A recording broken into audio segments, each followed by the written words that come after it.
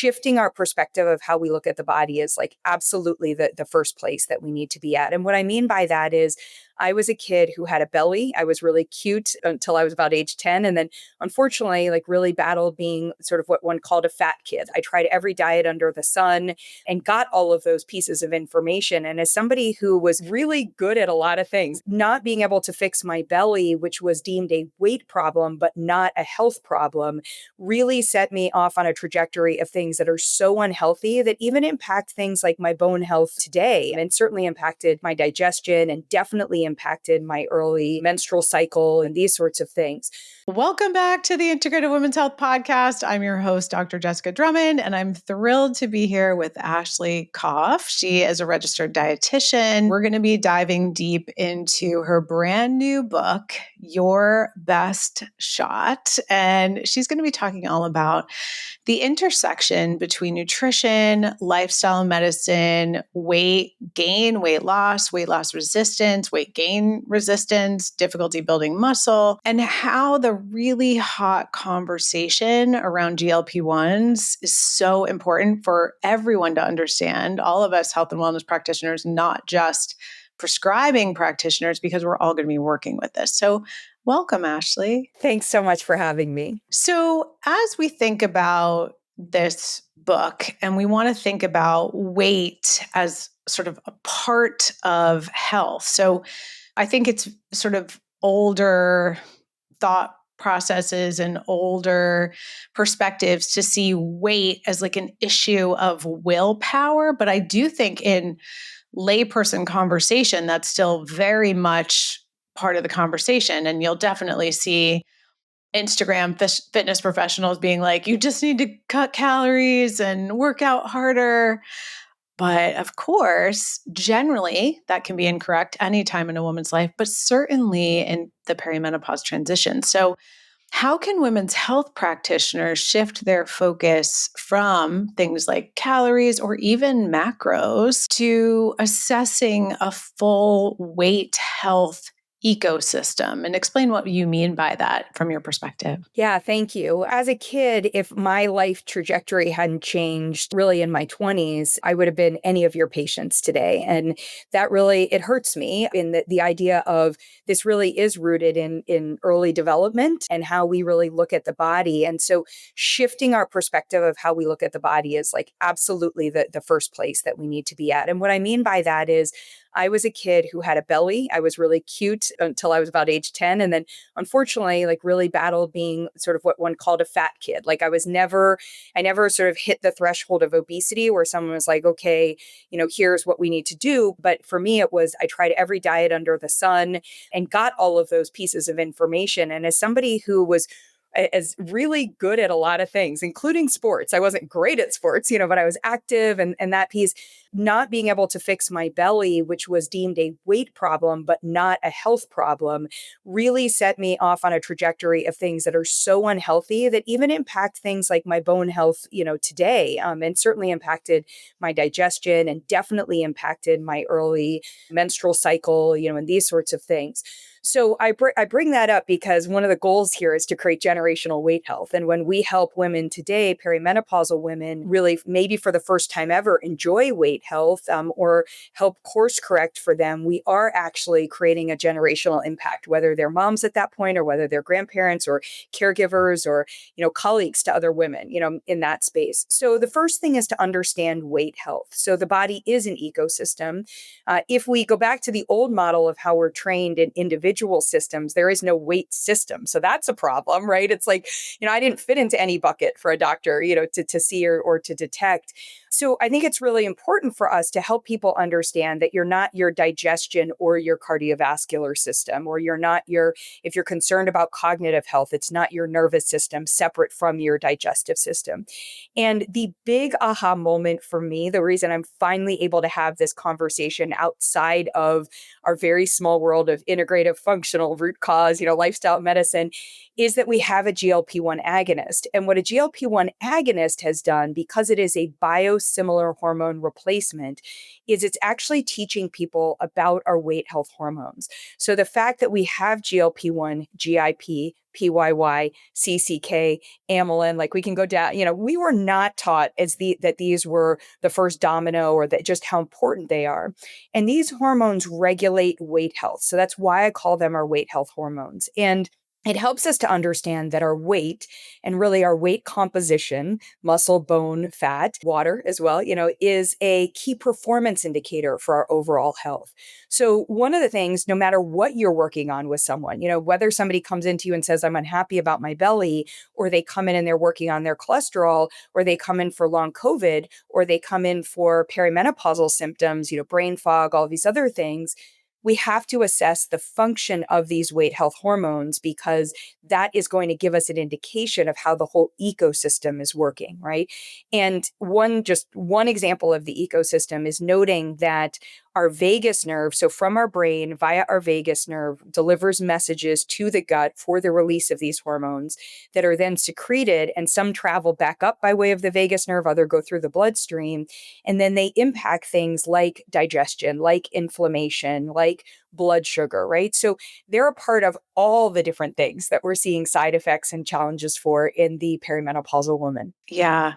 And I think what's so valuable about that is we don't generally think of weight and body composition as being related to exactly the function of the communication between the gut microbiome, the nervous system, and the immune system, really, and metabolic system. Mm-hmm. It's just sort of like, it's almost like taken separate. It's kind of like how we've started to look at perimenopause. It's like, once you're in perimenopause, we just only look at that and we don't think about the rest of what's going on. So that's such a valuable way to, I think, organize our biochemical thinking around that.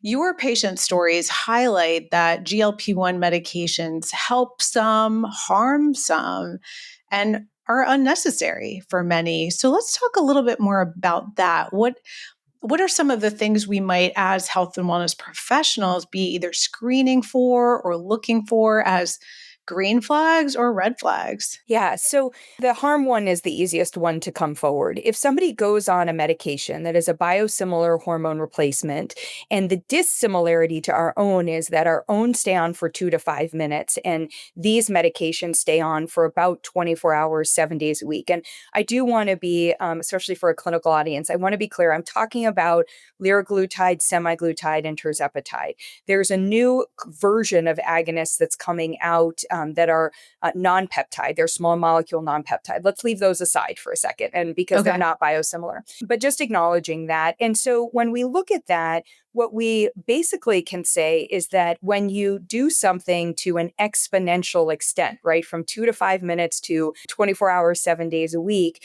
you are going to see an exacerbation of any underlying issues. And you also could see the origin of issues if they are not addressed. So if the body isn't being nourished in a way, and by nourished, I mean nutrition and lifestyle choices, we can see things come up. So the person it's going to harm is the person for whom nobody's considering that, is not looking at that piece, right? So an example is if we're delaying gastric emptying in a body that already has a delay of gastric emptying or a delay of motility. So somebody where there's slower motility, where they're not moving their bowels with ease, or maybe where their hormonal shifts. Because remember, when our sex hormones shift, they negatively, they throw off our digestive system, right? And so when these things are happening, we can see exacerbation, very difficult constipation. We can see intense hemorrhoid issues. We can see reflux. We can see more bloating and gas and like real pains and some nausea, right? Like, all of that can come on. And another example would be in somebody where maybe they're being told to eat more protein, and maybe they're also on a proton pump inhibitor, and maybe they also have some skin issues or some inflammatory issues. And if we don't know if their current protein intake is not being well broken down and absorbed and able to get where it's supposed to go, and then we tell someone to significantly increase their protein intake, we may significantly exacerbate those issues. And then the final one from harm that I see a lot of that I think goes so misdiagnosed is a lot of people will complain of fatigue. And the natural assumption, and this goes straight to weight bias, this is more a weight health issue and a weight health ecosystem issue, but everybody says, oh, you're now just not eating enough, right? You're undernourishing. And that can absolutely be the case. You could be undernourishing yourself. But more often than not, what happens is these hormones are stimulating they're metabolic stimulators, if you will. They're telling insulin to go to work. They're monitoring how glucagon goes to work. They're telling leptin and ghrelin. So their activation, they're not recovery. So they're in the more of the yang, like than the yin, on that part. And so what I see in individuals is if they stay on these, when they're on these, and especially as they go to a higher dose, I usually see heart rate variability tank. I usually see that time we're not seeing recovery. In many of these individuals, we're also seeing that there's already sleep challenges. And I say these individuals, like 90% of Americans aren't sleeping well, right? So, Right. if we're putting and 80% are on PPIs, so this is not a small subset of, this isn't like a unique little thing. So where harm can happen is not having that whole system, that ecosystem, approach for an individual. On the flip side, where it can be so incredibly helpful. And in particular, I really like this at the lower doses. Now, I call them low dose. Society is calling them microdosing. Typically, they are the exact same thing. A true microdose would be a microscopic amount, and that is not usually used for weight health. That may be used for very strategic, inflammatory, or metabolic, usually when we're not looking at metabolic health. I follow Dr. Tina Moore and some others, work on that piece. But in the low dose space, what we can see that perhaps this is the first time that if we pretend that we have 100 receptor sites for GLP-1 and GIP throughout the body, perhaps this is the first time that 90 of them are getting satisfied, or even 95 are getting satisfied. So we see things like, wow, the receptors in my brain that are around the food noise and the thoughts about food and maybe thoughts about other things, so whether it's incessant thoughts of obsessive compulsive nature, of thinking about things, whether it's, alcohol, others, we're seeing like a little bit of a dulling there. Now, for some people that dulling feels like too much, and that's something we have to look at. And for others, we're also seeing, and this explains the ecosystem, that when they do better by way of their blood sugar, better messaging for insulin, better messaging for glucagon, receptor sites also in the arteries and on the heart muscle, that we're seeing cardiometabolic benefits, and we're also seeing cognitive benefits. So when in that space, it's like, wait a second, this biosimilar hormone is actually teaching us that if there is a way for us to help somebody have receptor site satisfaction, that's the agonist part of it, on a more thorough basis, then actually this is advantageous. And I think this is why people like pelvic PTs and OTs and nutritionists and dietitians need to really understand these medications, because, we might be seeing as a pelvic floor rehab therapist, like hemorrhoids or constipation or real like pushing and bad asynergetic organization between kind of holding the breath and pushing, because they're more and more and more constipated.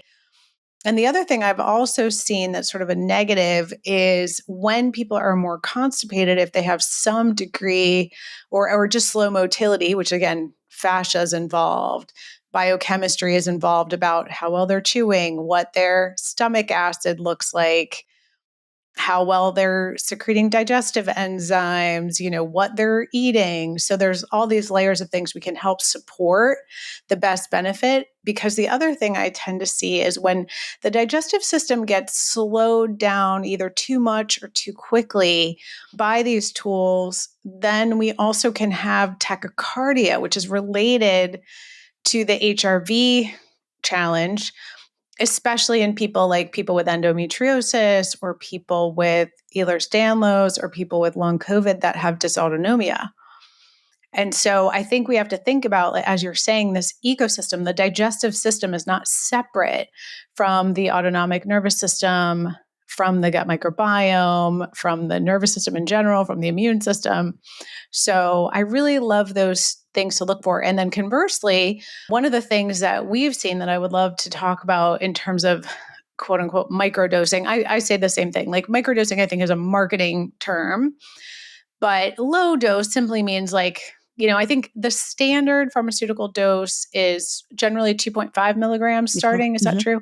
And it's funny, I was talking about this on a different podcast a couple of weeks ago, and in Europe, it might actually be lower. The host was saying she thought the standard dose was 1 milligram. So there's three things I want to mention as it relates to what you were saying. So I don't typically get into a dose conversation because what I found is from the pen to the vial to the practitioner where someone is starting off. But what we are talking, there are two sides of low. There's starting low and then staying low, and then there's also starting at a lower than dose. And one of the interesting things is also I can't think of really any other medication that doesn't consider somebody's weight, physiologic Right. weight as a part of it, right? So it's also like kind of interesting. I very often will have somebody on, a half of a statin or, we'll adjust Yeah. things, based on their digestion or based on, things that we call out. So I think the dosing needs to be more personalized. I think, we can agree on that.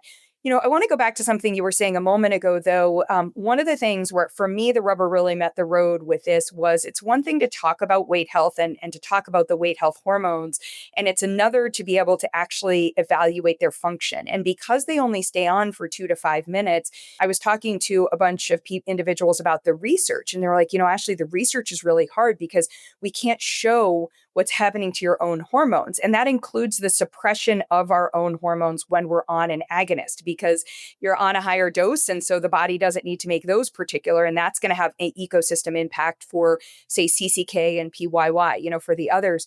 So one of the things that I did, and it's included in my book, it's also free for clinicians on my website. So I do want to be very clear. This is a clinical tool. And I love where your brain went. So I wanted to just acknowledge that when I set out to assess the function of weight health hormones, I realized it had to be so multifactorial. So the first thing is, and this goes to your point about PT and trainers and dietitians, and is first asking somebody about their lived experience. Now, I ask questions about their lived experience with their eating, like when do I feel full or how do I feel after meals and some of that stuff. I love how you extended it into how does your body, tell me a little bit about how your body feels and all of these things, what could be driving it. But then something else that you brought up is I also include in there breathing assessment. And why do I include breathing assessment? Like your Bolt score, your respiratory rate. So I was having a conversation with Dr. Nawaz Habib, who is one of a few vagus nerve experts that I really, rely on and looks at, polyvagal theory and sort of dives deep into that. And he was like, we actually can tell a lot about vagus nerve function in this. And so when you talk about, if somebody is experiencing pain, we know that physical pain, we know that that's such a vagus nerve disruptor, but then also lived trauma, right? So our acute trauma and our past trauma. And then, a lot of that can also be birthing related trauma, right? So afterwards, the body doesn't go back into alignment. You're talking about, working on those pieces. So I include breathing in there. Of course, I include digestion. And for me, I also incorporate hydration as a part of digestion.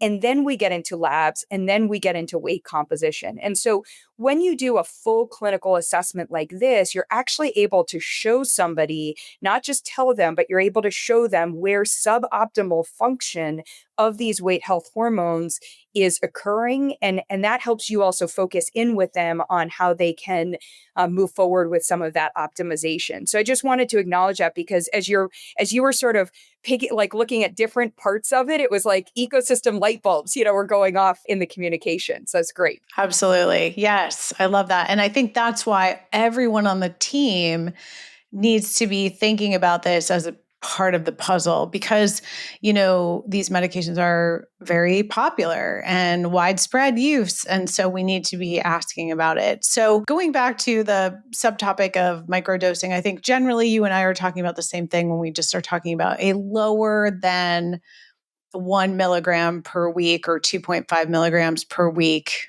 dose, whether it's through a pen or a vial, and people are self-administering it. And one thing that's very interesting, we just had published a case series from Dr. Afrin and his lab about mast cell activation syndrome, and in the context often of long COVID, and using micro doses, very low doses. And clinically, we do this in our practice with the nurse practitioner who works with us. And I've talked to other nurse practitioners who specialize in long COVID and MCAS, somewhere between 0.1 milligram, 0.3 milligrams, maybe 0.6 milligrams. It depends on, like you said, the whole rest of it. Like, how big is this person? Do they have weight to lose? Have they always had a weight issue prior to having the mast cell activation challenge? Did they have dysautonomia as well? How delicate is their digestive system? But assuming a low dose, and I'm very excited because Scripps Hospital, I think it's in LA or San Diego, I forget where A Scripps little is, closer San to Diego. Yeah. Yeah. Is now doing a really patient-driven long COVID study looking at tirzepatide. It's the most patient-friendly study I've seen, which I love. And so we will have some more better RCT data soon. And I don't know actually, though, if they're using low doses or standard doses. So that would be interesting.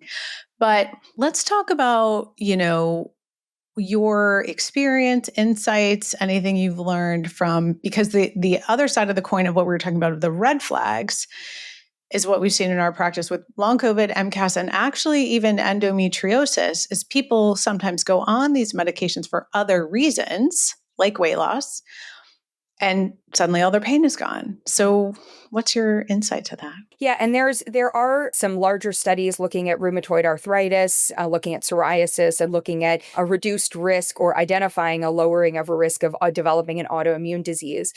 The issue that I have is a lot of these studies have then said, and in persons who are type 2 diabetic and who are obese. And so one of the issues, so I find super unhelpful the terminology around obesity. We may evolve. I know there's a push to move to more of a European Union determination and not have it just be weight for height. But until we move beyond weight as the marker in obesity, I don't think we're really helping to much better. We're judging a tree and not the forest, on that part. The other part is diabetes. So one of the things I talk about in my book is that an A1C is not such a useful number. I mean, if you're a 7 versus a 5, it is helpful in that regard. But in the 5s, we're missing a lot of people with highly dysregulated blood sugar. And in the 7s, we might be missing that somebody actually has rolling hills, but they're up at a higher number. And we want to make sure we don't, disturb for that. So what is interesting there is that we're seeing that pain scores there's a reduction there.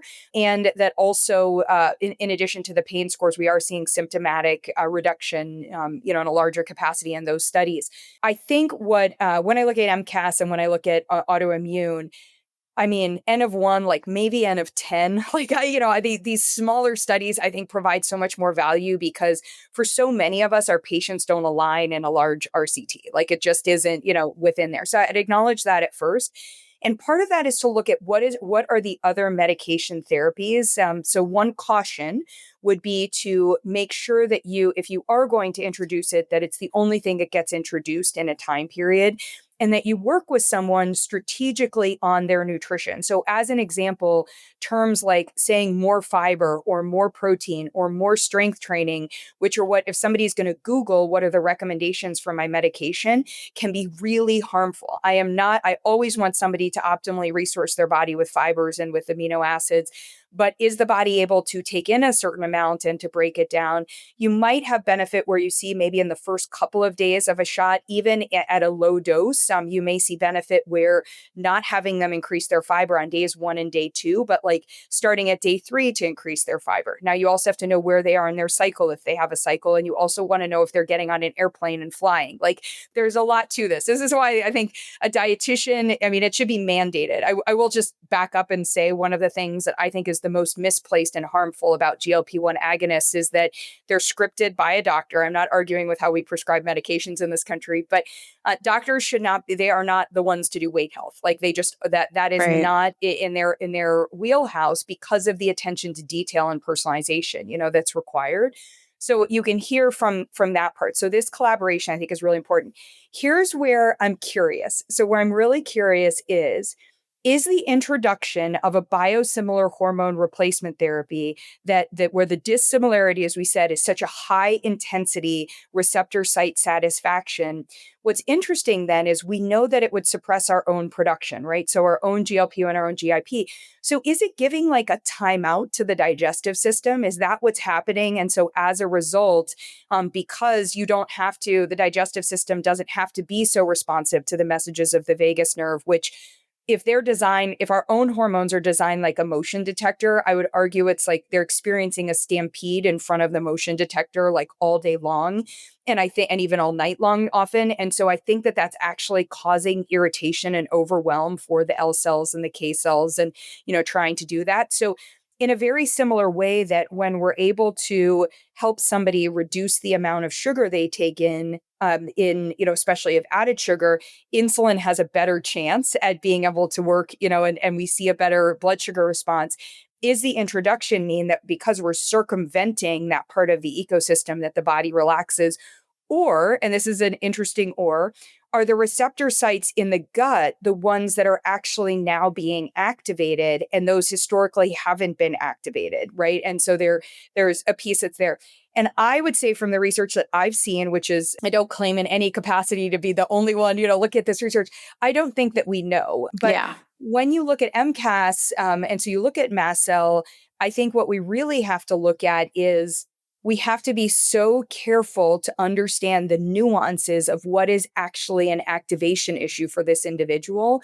And in there, you can be extremely favorable with the introduction of a semaglutide or tirzepatide. And there may be a reason to use semaglutide over tirzepatide as well, depending on blood sugar. I'll also acknowledge, though, that there's at least one GLP-1 activator. The only one that I've been comfortable using so far has been a hops from New Zealand, and it works for about 4 hours. And so for somebody where cravings and appetite are really the driving factor for them, because this one isn't broken down and it's not absorbed in the digestive system, I've been using that.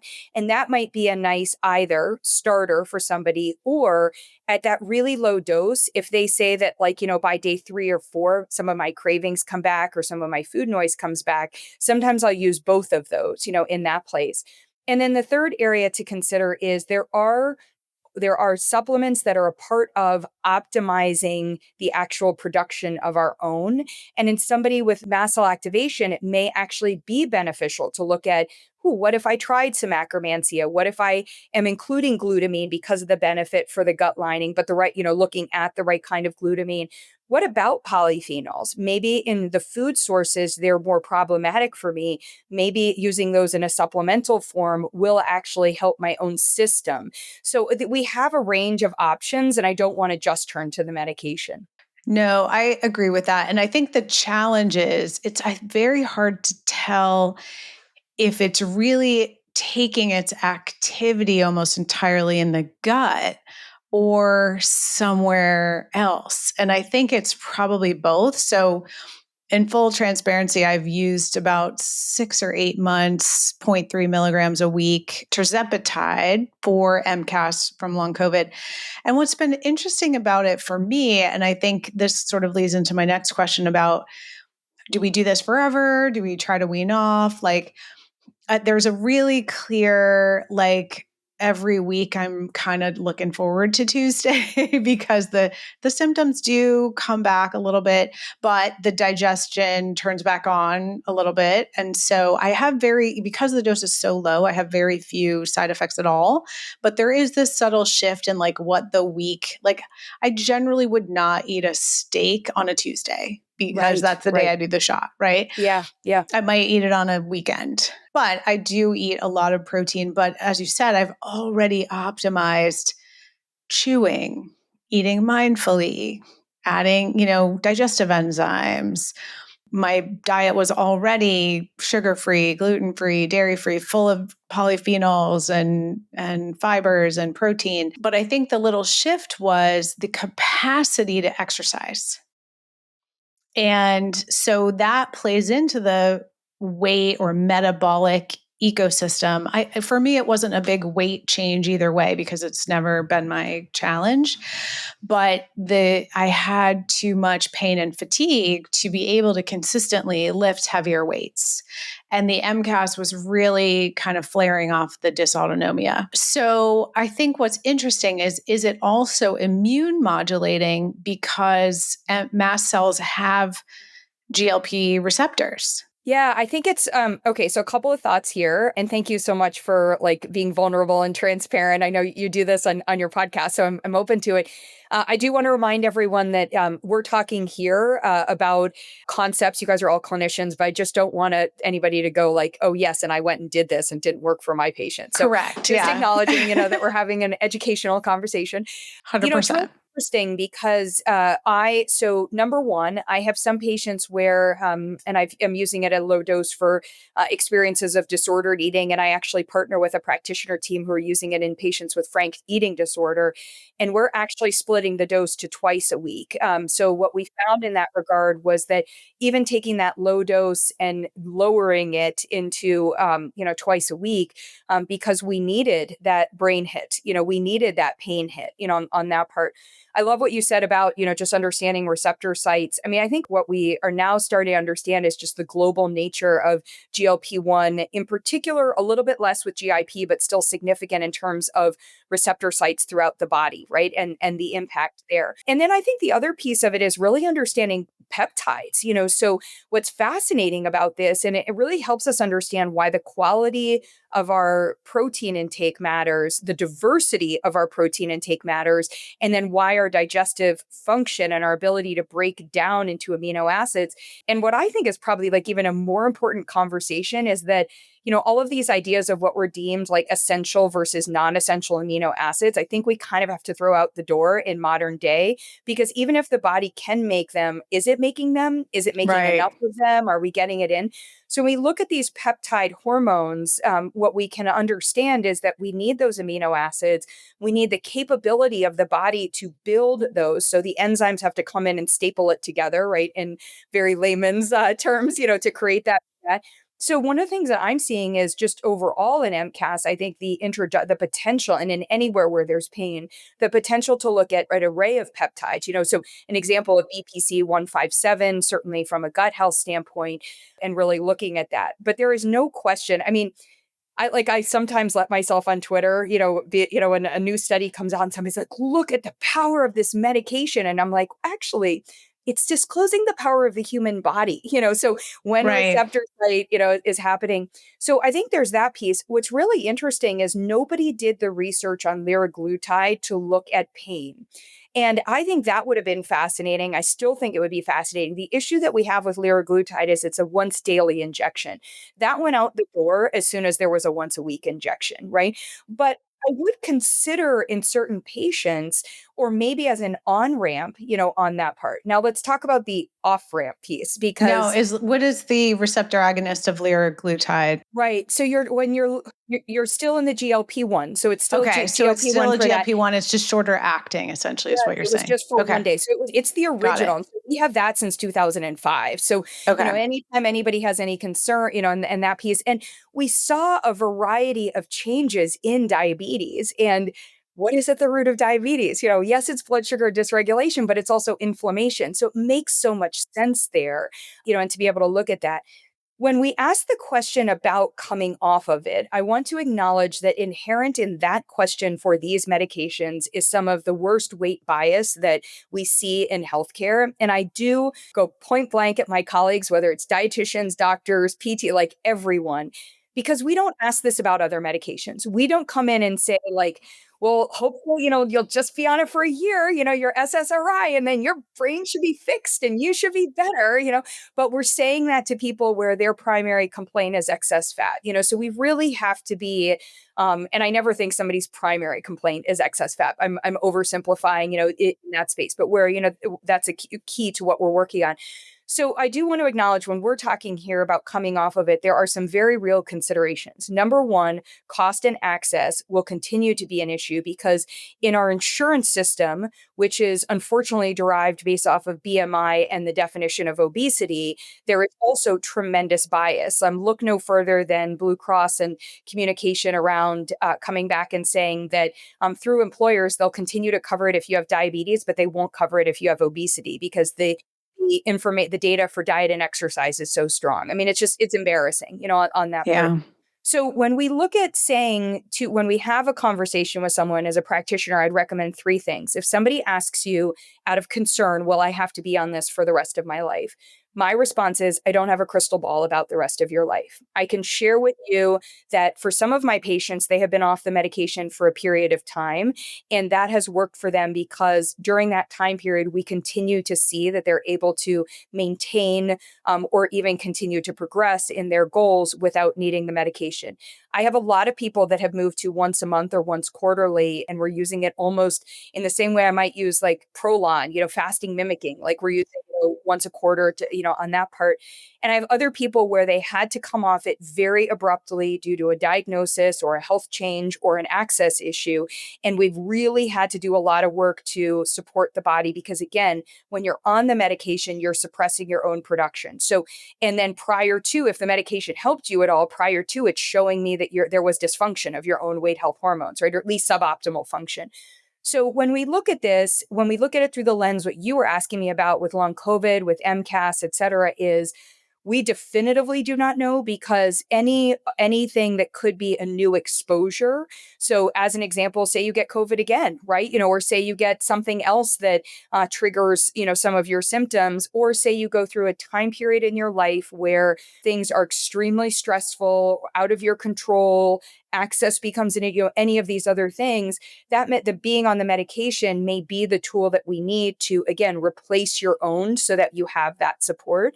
So as long as we're not setting it as a destination, I think that piece is going to be really clear. And then the third piece that I hope has been made clear, but I just want to double click on it, is if you are making a decision in any capacity to wean, which I prefer a weaning period, or to come off of the medication, you have to go through a whole process of restarting your own. And then we have to be checking it. So any doctor or anybody who's sharing data like, 50% of people gain all of their weight back. Well, all that did was just tell me that those people did not have the right practice in place, the right support in place to maintain. Because at 5 pounds of weight gain, especially if we're looking at body composition, if somebody regains 5 pounds of fat, and let's say they had lost weight as a primary marker of a goal, or say that their pain scores, instead of being down in the 1, 2, 3, are now at the 4, 5, 6, that's going to be the point where I'm going to say, okay, we got to stop. We have to come back because we don't have it figured out yet.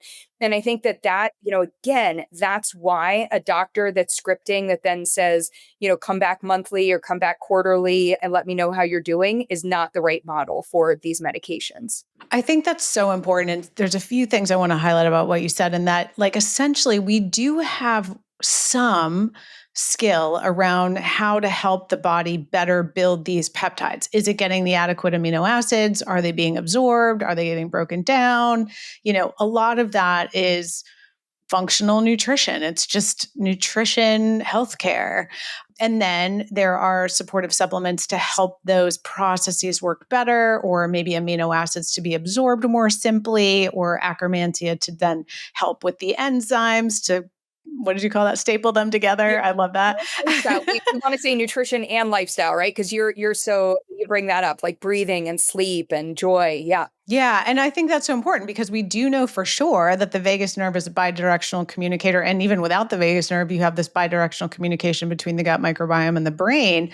So for those people who have alcohol cravings, sugar cravings, other food cravings, disordered eating, emotional eating, the brain part of it is really important. And I think really that's probably also important in pain in certain people, because pain is always an experience of the brain, or a decision made by the brain.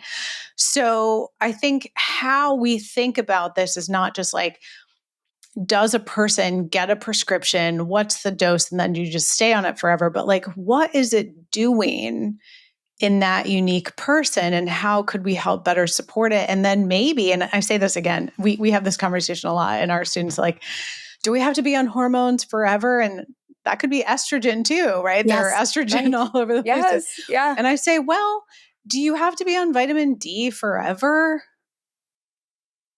maybe. Yeah. Yeah. My Unless you dad, start I, living I throw my outside. dad under the bus so often. He's a surgeon. And I think like so much of, I think we have the kind of relationship where I can do that. And then, but we had this famous discussion that I share in the book where he was using Miralax and Metamucil. And he was like, and there was just this window of opportunity. And I said, well, like, what about magnesium? Like, I've done this audit and you're getting in a lot of calcium, but I think, there magnesium.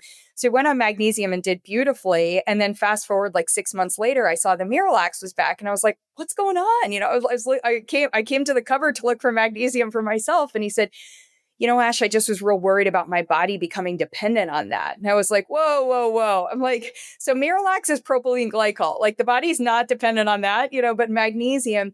And so, but again, I want everybody, and I really try in my book to do this with humor. I want us to confront, and whenever I'm teaching, and you and I both have the privilege to teach our colleagues, whenever I'm teaching practitioners, I invite you to just acknowledge your biases. So if you're thinking about something in a prescriptive manner, and maybe you're even thinking about it in the absolute best way for somebody, like I don't want you on medication longer than you need to be, totally on that part. Or I'm worried that you're not going to have access. So one of the benefits of the lower dose is we can extend what somebody's financial or even, their insurance when they have access, to the medication. But I think it's just so important for us to acknowledge that there's so much bias in here, and that this is nutrition and lifestyle medicine. Like that's what this is, right? And these weight health hormones, when we start to unpack, peptide hormones, we really have a lens to so much of the dysfunction in our body. It's really interesting. I think they're about to bring back like 17 of 26 of the banned peptides to be able to now have them available. And peptide therapy, when done properly, I want to acknowledge it can be a real mess out there, but when done properly, what I see with this particular peptide, so with semaglutide, tirzepatide, and also with other peptides, is I am able to substantively reduce chronic NSAID use, which I know the damage for. Sometimes I'm able to even shift things like statin medications, and I'm not anti-statin, but it is an antagonist. It's not an agonist. So anything that I can do to help the body actually have things that help it work the way that it's supposed to go, I appreciate that part. I can usually help people reduce or even eliminate other medications that they're on for blood sugar. I can help people maybe feel less stressed about ApoE34, where they're like, 44 is my destination Alzheimer's, and we start to see shifts in brain function. So there's a lot of opportunity to understanding a peptide. We just need to understand how these are dissimilar. Like what that one dissimilarity is it's a very high intensity of it. And they're even exploring versions that are now, triple. We will have one coming out in 2026, 27. That's a triple agonist, and then even quadruple and quintuple. And then there are small molecule non-peptide. They're excited about them. I was just reviewing the data from Obesity Week, and they're very excited about them. But those particular ones, they jump over the first. So there's essentially two pockets in the receptor, and they leapfrog over the first pocket and slide into the second pocket and activate certain things. That gets me into the land a little bit of COX-2 inhibitors in some of the places where we've unfortunately learned from patient populations that when you skip over something, it might seem like, oh, less side effects or anything that offers faster weight loss always has the alarm bells for me. And I'll say the final thing for all of us that do look at research, looking at research on mice in weight health, we really have to acknowledge that so much of weight health is around the brain and our memories of food, our associations with, for me, eating was extremely traumatic as a child, right? And I didn't even approach that trauma until later, and like and self-judgment, most of the times I wasn't judged by others, but in those pieces. And so that's like a mouse doesn't have that experience, right? So we have to make sure that we're acknowledging that there's great information that mouse studies might be able to show us. And then there's a lot of stuff. What I love that you said, I think is the key takeaway for a clinician is, and this should be the case of whether you're recommending vitamin D or which is seemingly innocuous, or you're recommending a semaglutide. You want to help somebody evaluate over 6, 8, 12 weeks, what has their experience been? So I had a practitioner, a naturopath, tell me the other day that she had a patient who went on this and had a really significant issue and ended up in the hospital. And she said all of her practitioners dismissed that she had started Zepbound about 2 weeks earlier. And the naturopath said, but it was the only thing that was different. Like, and they just were like, and she went into the research and was like, oh, there actually is information on this, like, and nobody was looking at it. So you're driven by curiosity. So I think that's really important for us, in this space as well.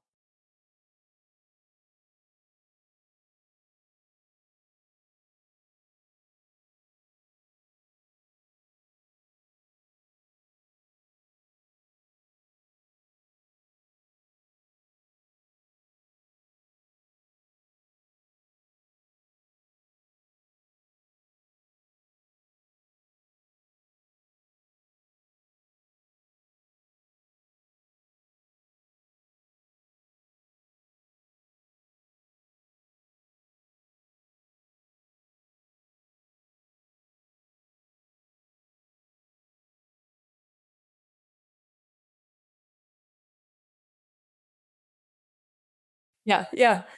Right.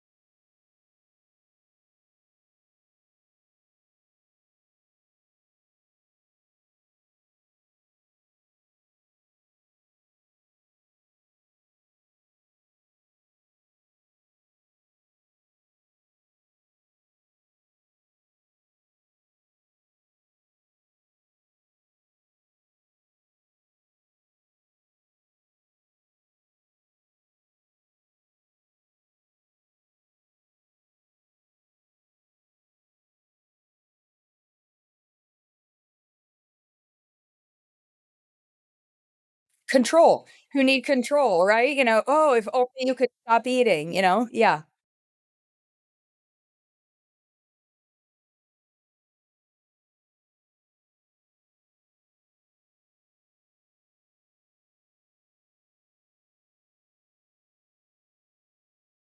Yeah, so the book is hopefully everywhere that books are sold.